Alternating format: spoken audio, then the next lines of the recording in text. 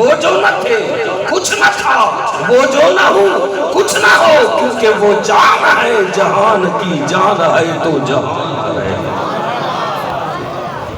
جب آقا کی ولادت ہوئی تو حضور نے، میرے آقا کریم نے سب سے پہلے زمین پر اپنی والفجر کی پیشانی رکھی۔ والفجر، رب نے فرمایا کہ اے محبوبہ تیرے والفجر کی پیشانی کی میں رب کو قسم ہے۔ میرے آقا نے زمین پر سجدہ کیا، پیشانی رکھی۔ حضور کے آنے سے پہلے، جس طرح مجھ سے پہلے علامہ سے فرما رہے تھے، حضور کے آنے سے پہلے یہ ساری زمین پاک نہ تھی۔ میرے آقا کی والفجر کی پیشانی جب زمین پہ لگی، اللہ نے پوری زمین کو ایسا پاک بنا دیا ہے کہ اگر آپ سفر کی حالت میں ہیں، فَلَمْ تَجِدُوا مَاءً فَتَيَمَّمُوا صَعِيدًا طَيِّبًا، اس آیت کا معنی یہ ہے کہ اگر آپ سفر میں ہیں، آپ کے پاس پانی نہیں ہے، تو زمین حضور کے اس پہلے سجدے کی برکت سے ایسی پاک ہو گئی ہے کہ آپ وضو بھی اسے کر سکتے ہیں، غسل بھی کر سکتے ہیں۔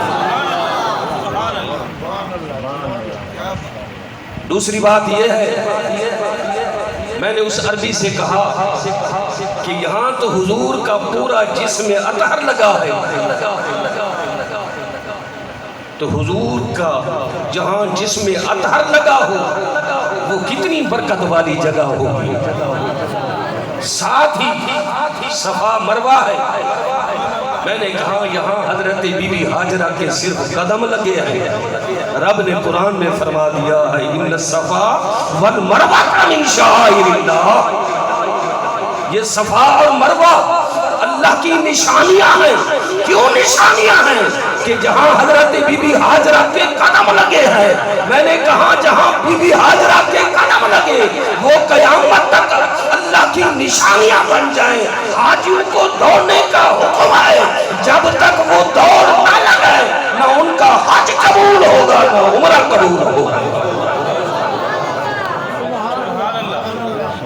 تو پھر میں نے اس عربی سے کہا کہ حضرت ابراہیم علیہ السلام کے جہاں پر قدم لگے ہیں، رب نے فرمایا وَاتَّخِذُوا مِن مَّقَامِ إِبْرَاهِيمَ مُصَلًّى۔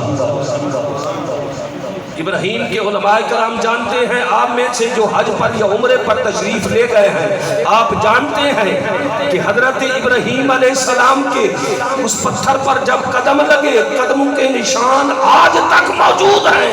رب نے فرما دیا وَاتَّخِذُوا مِن مَّقَامِ إِبْرَاهِيمَ مُصَلًّى، یہ ابراہیم مصلی بن گیا ہے، یعنی یہ مصلی نماز کی جگہ بن گیا ہے۔ آؤ جب عمرہ کرو یا حج کرو، طواف کرنے کے بعد اس مقام پر آ کر 2 رکعت نماز نفل ادا کرو اور ابراہیم کے قدموں کی برکت سے دعا کرو، اللہ تمہاری قدموں کی برکت سے دعاؤں کو قبول کرے۔ تو حاضرین محترم، اور بھی باتیں میں نے اس عربی سے کہی۔ جب میں نے اس سے کہا تو وہ مجھے عربی میں کہنے لگا انا لا جید، میں عالم نہیں ہوں، بس آپ نے صحیح کیا ہے کہ اس مکان پر جہاں میرے آقا کی ولادت ہوئی ہے، جہاں پر میرے آقا کی ولادت ہوئی ہے، جس مقام پر دعا کرنا ویسے برکت بھی ہے، ویسے قبولیت بھی ہے۔ تو حاضرین محترم، نماز، روزہ، حج، زکوٰۃ، جتنے بھی فرائض ہیں، یہ فرائض اس ادا کرو، لیکن اس وقت قبول ہوں گے جب تک حضور کی محبت دل میں ہوگی۔ اگر حضور کی محبت نہیں ہوگی، نہ نماز قبول ہے، نہ روزہ قبول ہے، نہ حج قبول ہے، نہ زکوٰۃ قبول ہے۔ نماز اچھی، روزہ اچھا، حج اچھا، زکوٰۃ اچھی، جب تک نہ میں کٹ مروں، خواجہ بطحا کی عزت پر خدا شاہد ہے میرا کامل ایمان ہو ہی نہیں سکتا۔ حاضرین محترم، یہ آج کا پروگرام خاتم النبیین کے حوالے سے ہے۔ کچھ لوگ نبوت پر ڈاکہ مارتے ہیں، کہتے ہیں کہ نعوذ باللہ حضرت آدم علیہ السلام سے لے کر عیسیٰ علیہ السلام تک ہر نبی کی توہین بھی کرتے ہیں۔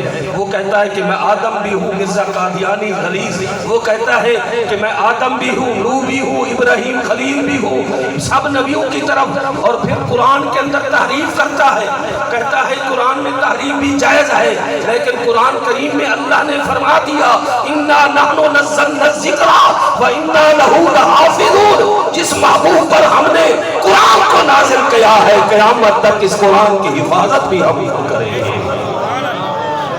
دعا ہے کہ اللہ تبارک و تعالی جنہوں نے یہ سونا پروگرام بنایا ہے، یہ سجایا ہے، اہتمام کیا ہے، اس پروگرام میں محنت کی ہے، کاوش کی ہے، خرچ کیا ہے، تشریف لائے ہیں، اللہ ان کی کاوش کو، محنت کو، خرچ کو، خیرات کو، آمد کو، سجاوٹ کو پروگرام کی اس کے اندر اللہ تعالیٰ قبول فرمائے۔ وآخر دعوانا الحمدللہ رب العالمین۔